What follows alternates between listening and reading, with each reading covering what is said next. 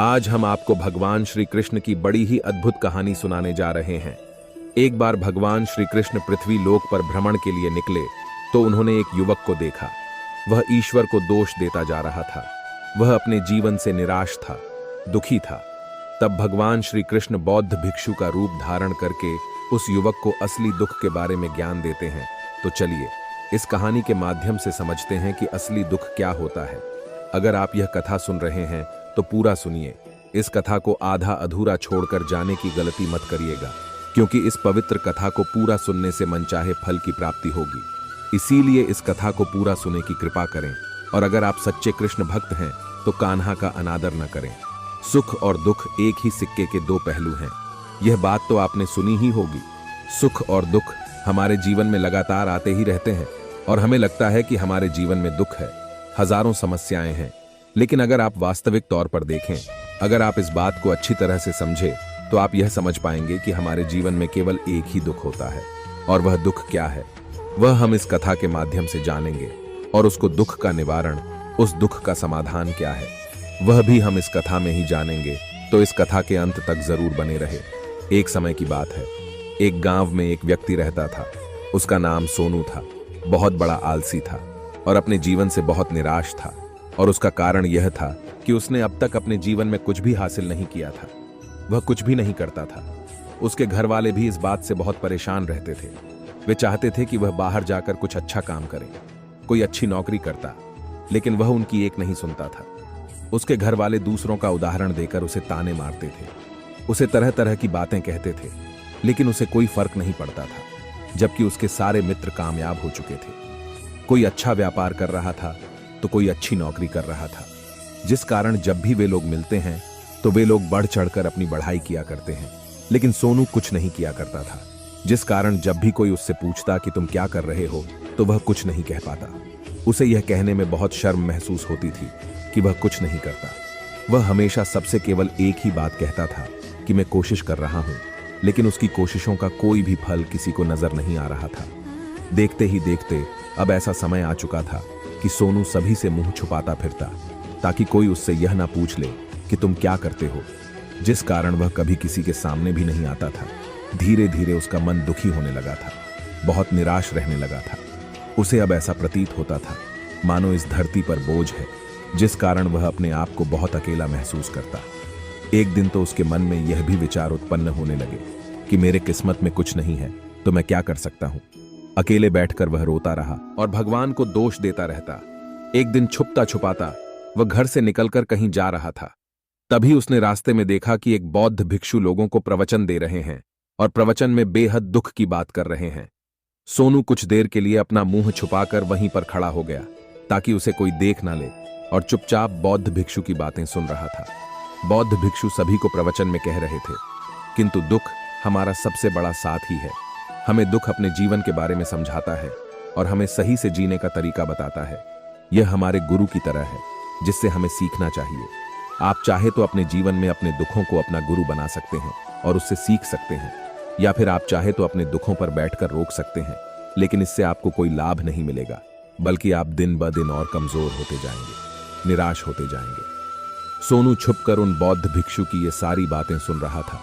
जैसे ही उपदेश खत्म हुआ, वह उन बौद्ध भिक्षु के पास पहुंचा। उन्हें प्रणाम करके वह कहता है, हे महात्मा, अभी आप कुछ देर पहले दुखों को गुरु बता रहे थे। आप कह रहे थे कि दुखों से हमें सीखना चाहिए, हमें उन्हें अपना गुरु बनाना चाहिए। लेकिन मैं भी तो अपने दुखों से परेशान, अपने जीवन से परेशान हूं। मैंने अब तक जो दुख झेला है, मुझे तो कभी ऐसा प्रतीत नहीं हुआ कि मेरे दुख मुझे कुछ सिखा रहे, बल्कि मुझे तो हमेशा यही लगता है कि वो मुझे पीड़ा दे रहे हैं, तकलीफ दे रहे हैं। और दुख की पीड़ा बहुत भयंकर होती है। ऐसा लगता है अब इसके बाद हमारा जीवन समाप्त हो जाएगा, इसके बाद हमें कुछ नहीं मिलने वाला। यहां तक कि हमें मृत्यु भी उसके सामने कम लगती है। जब लोग ताने मारते हैं, जब लोग यह कहते हैं कि तुम क्या कर रहे हो, तो मन को बहुत ठेस पहुंचती है और मैं उनसे कुछ भी नहीं कह पाता। सोनू की ये सारी बातें सुनकर बौद्ध भिक्षु सोनू से कहते हैं, बेटा, तुम्हें क्या दुख है और तुम दुख के बारे में ऐसी बातें क्यों कर रहे? सोनू ने अपने ऊपर बीती हुई सारी बातें उन बौद्ध भिक्षु को बात बता दी और कहने लगा, हे महात्मा को, क्या आपके पास मेरे दुख का कोई समाधान है? सोनू की बात सुनकर बौद्ध भिक्षु मुस्कुराने लगे और सोनू से कहते हैं, बेटा, जब तुम्हारे जीवन में कोई असली दुख आए तब तुम मेरे पास आना, मैं उसका समाधान तुम्हें अवश्य बताऊंगा। उन बौद्ध भिक्षु की यह बात सुनकर सोनू थोड़ा सा अचरज में पड़ गया। उसे यह समझ नहीं आ रहा था कि क्या उसने अब तक जो दुख झेला है वह असली दुख नहीं है। उसने जो अब तक पीड़ा सही है, जो ताने सुना, जो तकलीफें उठाई है, क्या वह असली दुख नहीं है? आगे वह मन ही मन खुद से कहता है कि जब मुझे मेरे अपने ही नहीं समझ पाए तो यह बौद्ध भिक्षु मुझे क्या समझेंगे। इतना सोचकर वह वहां से चला गया। सभी लोगों के ताने सुन सुनकर सोनू बहुत थक चुका था, बहुत निराश हो चुका था, जिस कारण उसने निर्णय लिया कि वह अब कुछ करके दिखाएगा। उसने अपने पिता से थोड़ा सा धन लिया और उस धन से उसने एक व्यापार शुरू किया। उसके पिता बहुत खुश थे कि कम से कम मेरा बेटा कुछ करने का प्रयास तो कर रहा है, लेकिन उसे व्यापार में कोई सफलता नहीं मिल रही थी, जिस कारण वह बहुत ही परेशान हो चुका था। उसे यह समझ नहीं आ रहा था कि वह क्या करे, किस तरह से अपने व्यापार को आगे बढ़ाए। तभी उसके पिता ने उससे कहा, बेटा कोई बात नहीं, इसी तरह से प्रयास करते रहो, आज नहीं तो कल सफलता अवश्य मिलेगी। सोनू ने अपने पिता की बात मानी और अपने व्यापार में और भी कड़ी मेहनत करने लगा। धीरे धीरे उसे सफलता मिलने लगी और फिर उसने रफ्तार पकड़ ली। देखते ही देखते केवल 3 सालों के अंदर एक बहुत बड़ा व्यापारी बन गया। अब उसके पास धन दौलत की कोई कमी नहीं थी। लोग जो उसे पहले नापसंद किया करते थे अब उसे पसंद करते थे, उसकी चिंता करते थे, उसके कार्यों की सराहना करते थे। उसके माता पिता भी अब अपने बेटे से बहुत खुश थे और उसकी सफलता से अत्यंत प्रसन्न थे। धीरे धीरे सोनू के मित्रों की संख्या लगातार बढ़ती जा रही थी। सोनू के कुछ मित्रों ने उसे यह भी सलाह दी कि उसे अपना व्यापार और तेजी से बढ़ाना चाहिए, उसे और फैलाना चाहिए। जब तुम आज केवल इस नगर के सबसे बड़े व्यापारी हो और तुम इतना खुश हो, तुम्हारे साथ सारे लोग हैं, वहीं पर तुम सोचो कि जब तुम इस राज्य के सबसे बड़े व्यापारी बन जाओगे तब तुम्हारे यहाँ पर लोगों की भीड़ लग जाएगी। लोग तुमसे मिलने के लिए समय मांगेंगे, यहाँ तक कि इस राज्य का राजा भी तुमसे मिलना चाहेगा, तुम्हारी तारीफ करेगा, और यदि कभी ऐसी जरूरत पड़ी तो वह तुमसे धन भी उधार लेने के लिए अवश्य आएगा।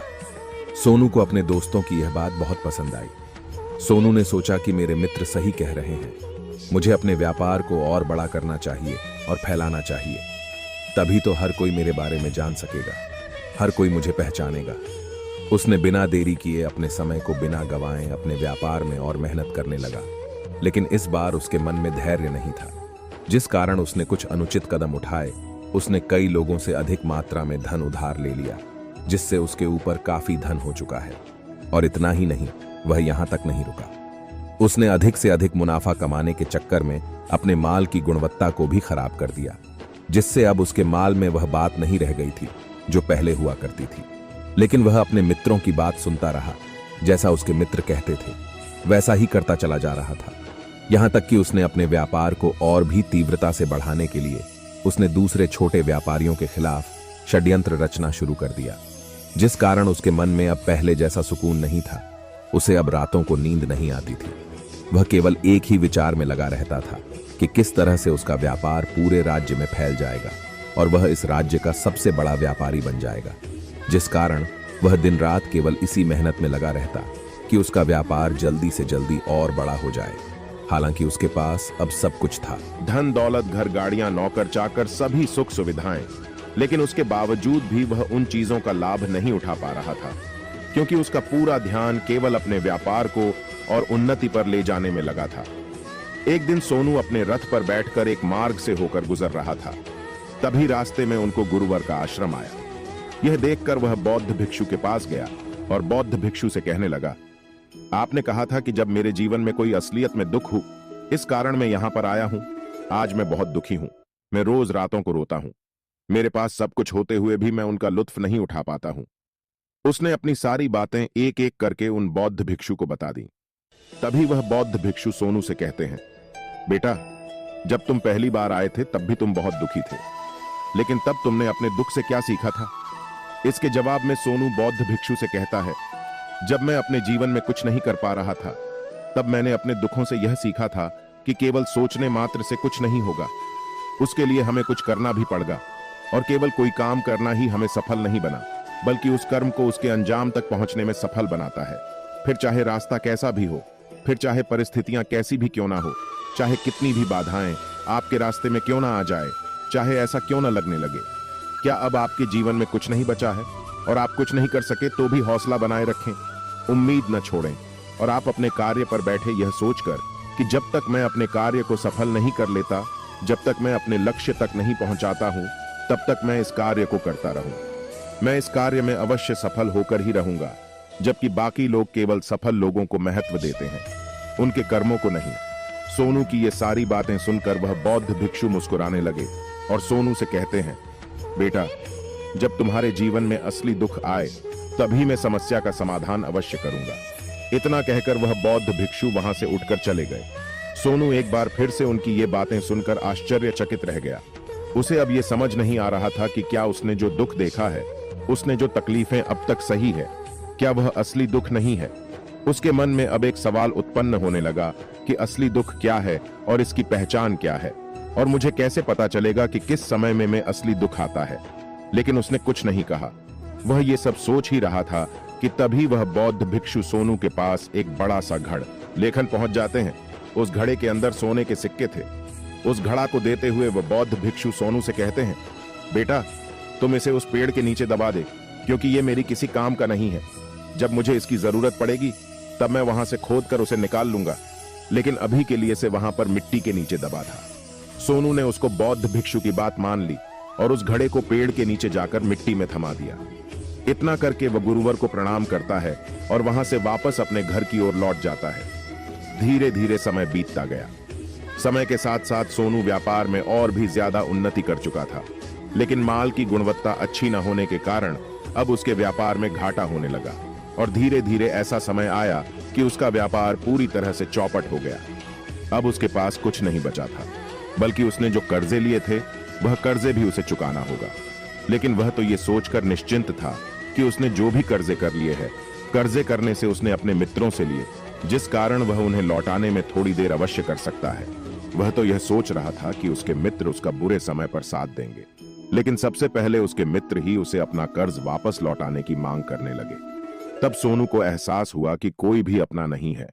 उसने अपने मित्रों से उस कर्ज को लौटाने के लिए थोड़ी सी मोहलत मांगी, लेकिन सोनू के किसी भी मित्र ने उसे कर्ज लौटाने के लिए वह मोहलत नहीं, बल्कि वे लोग उसे जान से मारने की धमकी देने लगे। अपने मित्रों के मुंह से यह सब सुनकर सोनू बहुत ही आश्चर्यचकित रह गया। जो कुछ सोच रहा था सब कुछ उल्टा पड़ गया। जिस व्यापार के चलते उसके मित्र बने थे, इतने शुभ चिंतक बने थे, वे सब उससे दूर जाने लगी और हर कोई उससे पीछा छुड़ाना चाहता था। कोई भी उसका साथ नहीं देना चाहता था। धीरे धीरे उसकी सारी संपत्ति नीलाम हो गई। अब उसके पास कुछ नहीं बचा था, बस सड़क पर आ चुका था। उसने हार मानकर अपने माता पिता से कहा, पिताजी, मेरी मदद कीजिए, मेरे ऊपर बहुत कर्ज हो चुके हैं। पिताजी, कृपा करके मुझे थोड़ा सा धन दो। इस पर सोनू के पिता ने सोनू से कहा था कि मेरे पास तो ले देकर बस यही एक छोटा सा घर है। अगर यह अभी मैं तुम्हें दे दूंगा तो मैं और तुम्हारी मां कहां रहेंगे। हमें दर दर की ठोकरें खानी पड़ेगी, हमें सड़कों पर भीख मांगनी पड़ेगी। ले देकर अब हमारे पास केवल यही संपत्ति बची है, इसलिए मैं तुमसे क्षमा मांगता हूं। अपने माता पिता के मुख से यह सुनकर सोनू चुपचाप हां से चला गया और मन ही मन सोच रहा था कि अब मेरे पास कुछ नहीं बचा जो था, और वो सब लौट गया, बर्बाद हो गया। अब मैं जीकर क्या करूंगा। अब मेरे पास केवल एक ही रास्ता है जिससे मैं अपने कर्ज वाले से अपना पीछा छुड़ा सकता। सोचता हुआ वो एक ऊंची पहाड़ी की ओर पहुंचा। वो पहाड़ी पर चढ़ता जा रहा था कि तभी उसे याद आया कि उन बौद्ध भिक्षु ने कहा था कि जब तुम पर असली दुख आया हो तो ही तभी तुम मेरे पास आना, मैं तुम्हारी समस्या का समाधान अवश्य करूंगा। यह सोचकर सोनू के मन में एक बार फिर उम्मीद की एक लहर दौड़ पड़ा।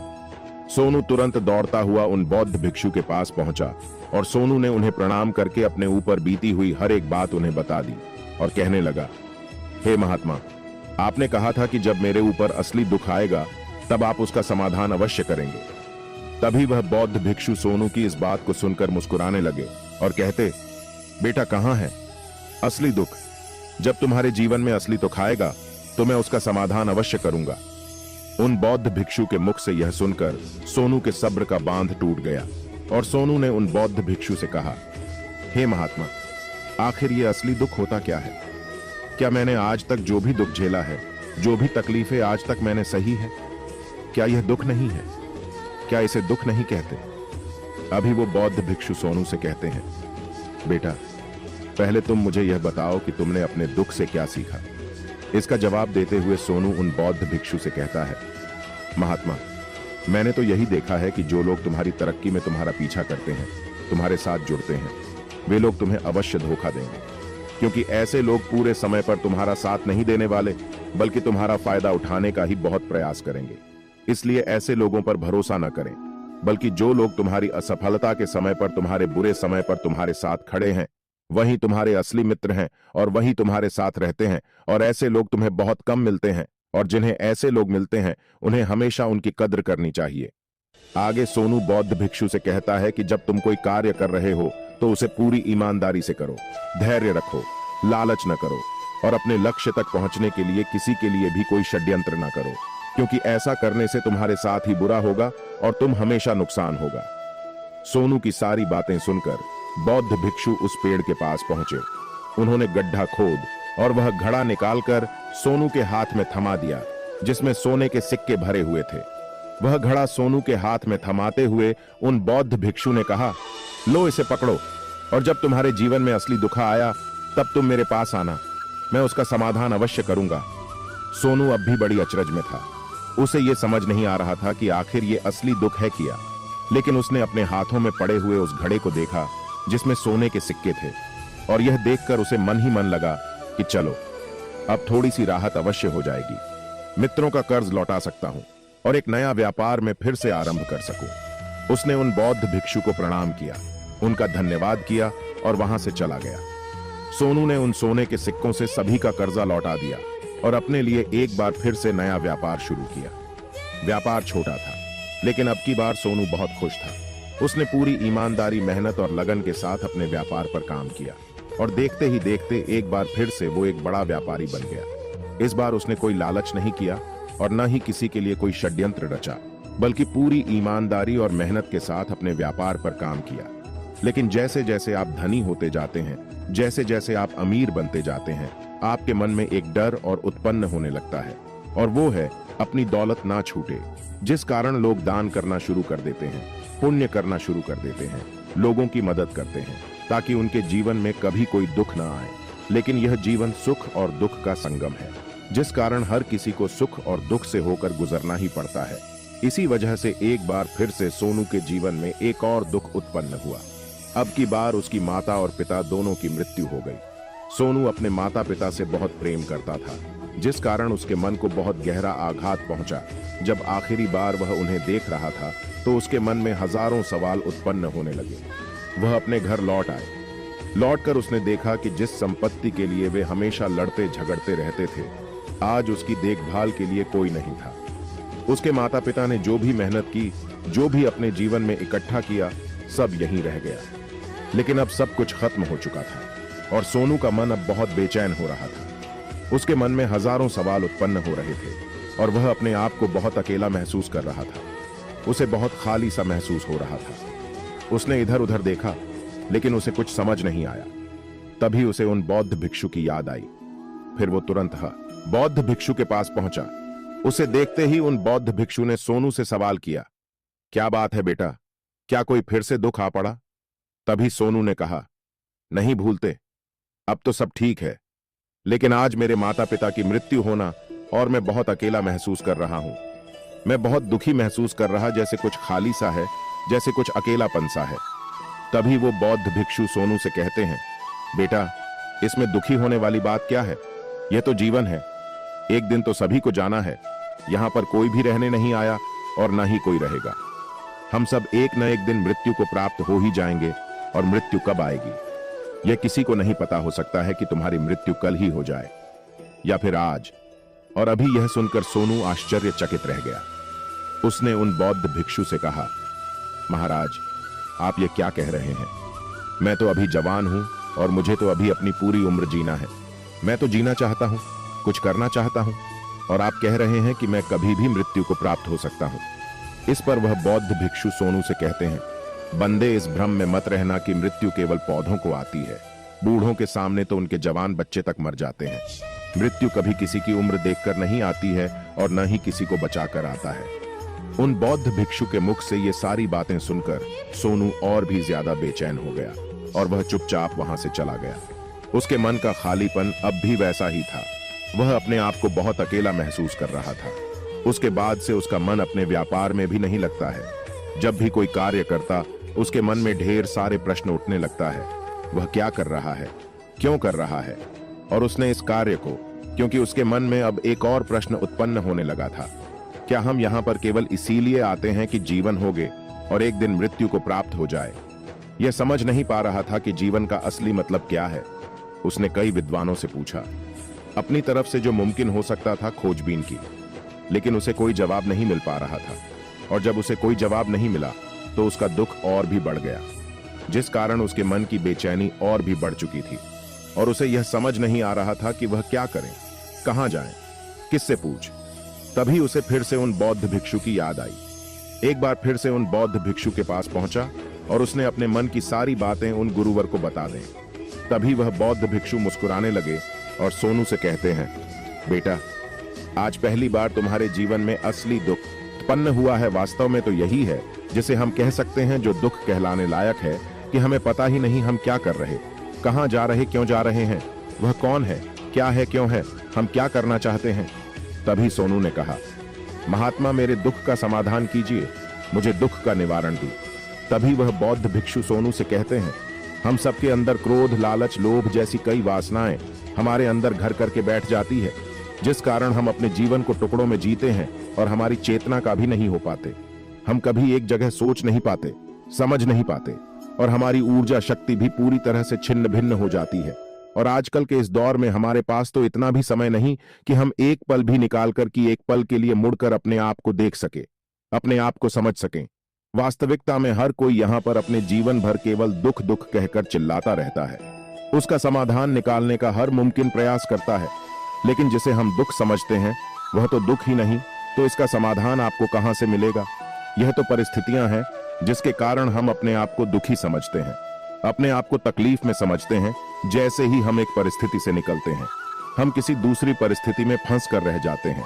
जिस प्रकार हम पहली समस्या का सामना करते हैं, उसी प्रकार हम दूसरी समस्या का भी सामना करते रह जाते हैं। और जब हम इन परिस्थितियों से हार मान लेते हैं, जब हमें लगता है कि अब कोई रास्ता नहीं बचा, तब हमारे सामने हमें केवल एक ही रास्ता नजर आता है, और वह है वृत्ति। लेकिन यह कोई समाधान नहीं है, यह कोई रास्ता नहीं है। इसलिए यदि आप सचमुच अपनी समस्याओं का समाधान चाहते हैं, तो अपने आप को इकट्ठा करना सीखें। अपनी ऊर्जा को इस संसार में वापस की थी, उसे एक कर और अपने ऊपर ध्यान करो। मृत्यु से पहले अपने आप को पहचान, अपने आप को जानो, अपने आप को बिखरने मत। तभी सोनू बौद्ध भिक्षु से कहता है, हे महाराज, तो क्या हमें इस जीवन को नहीं जीना चाहिए? क्या हमें अपनी इच्छाओं को पूरा नहीं करना चाहिए?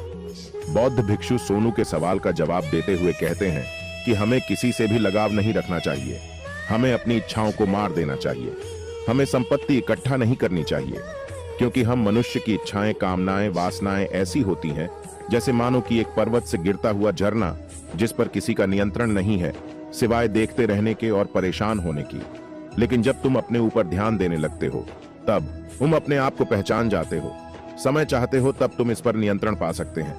तब इच्छाएं भी तुम्हारे पास में होती हैं, और फिर तुम चाहो तो उन इच्छाओं की पूर्ति भी अवश्य कर सकते हैं। गुरुदेव की ये सारी बातें सुनकर सोनू ने गुरुदेव से कहा, है आपका बहुत बहुत धन्यवाद। आपने मेरी सबसे बड़ी समस्या का समाधान आज कर दिया है। मैं आज से अपने आप को एकत्रित कर, गुरुदेव, मानव शरीर में बहुत ऊर्जा है, बहुत शक्ति है, पर वह बेकार के कामों में लग जाती है, जिस कारण हमारा जीवन भी बेकार की चीजों में लगा रहता है। लेकिन हम कभी भी इस पर अपना ध्यान नहीं देते, हम कभी भी अपनी ऊर्जा को केंद्रित नहीं करते हैं, अपने ऊपर कभी ध्यान नहीं देते हैं। हमारा जीवन भी कुछ ऐसा ही है। हम अपने जीवन में हमेशा अपने आप से ऊपर वाले से सवाल करते रहते हैं कि हमारे जीवन में इतना दुख क्यों है। हम सभी के मन में यह सवाल तो अवश्य ही उठता है, और इसका जवाब है कि वह ईश्वर यह चाहता है कि हम अपने जीवन के अंतिम दुख तक पहुंच सके, उस गहराई तक पहुंच सके जहां पर हमें यह पता चल सके कि हमने अभी तक अपने आप को नहीं जाना, अपने आप को नहीं पहचाना। मानव शरीर के अंदर जो ऊर्जा है, जो शक्ति है, उसके बारे में हम अभी तक नहीं जानते हैं। हम अपने आप को चाहे तो एकत्रित कर सकते हैं, अपने आप पर नियंत्रण पा, लेकिन हम अपनी इस ऊर्जा व्यर्थ उपयोग करते रहते हैं, व्यर्थ की चीजों में लगा देते हैं। जिस कारण हम अपने आप को कभी नहीं पहचान पाते और न ही कभी अपने आप पर नियंत्रण पा सकते हैं। लेकिन यदि आप अपने आप को जानना चाहते हैं, अपने आप को पहचानना चाहते हैं, तो पहले आपको खुद को एकत्रित करना होगा, अर्थात ध्यान लगाना होगा। ध्यान से ही आप अपने दुखों की उन समस्याओं का समाधान निकाल सकते हैं और तभी आप अपने आप को पहचान सकते हैं, जान सकते हैं और अपने जीवन के हर दुखों का समाधान भी कर सकते हैं। मित्रों, इस वीडियो में बस इतना ही। उम्मीद है आपको यह वीडियो अच्छी लगी होगी। अगर आप भगवान श्री कृष्ण के सच्चे भक्त हैं तो चैनल को सब्सक्राइब और वीडियो को लाइक करके कमेंट में जय श्री राधे कृष्णा अवश्य लिखें। मिलते हैं अगले नए वीडियो में, तब तक के लिए अपना ख्याल रखिएगा। धन्यवाद। जय श्री राधे कृष्ण।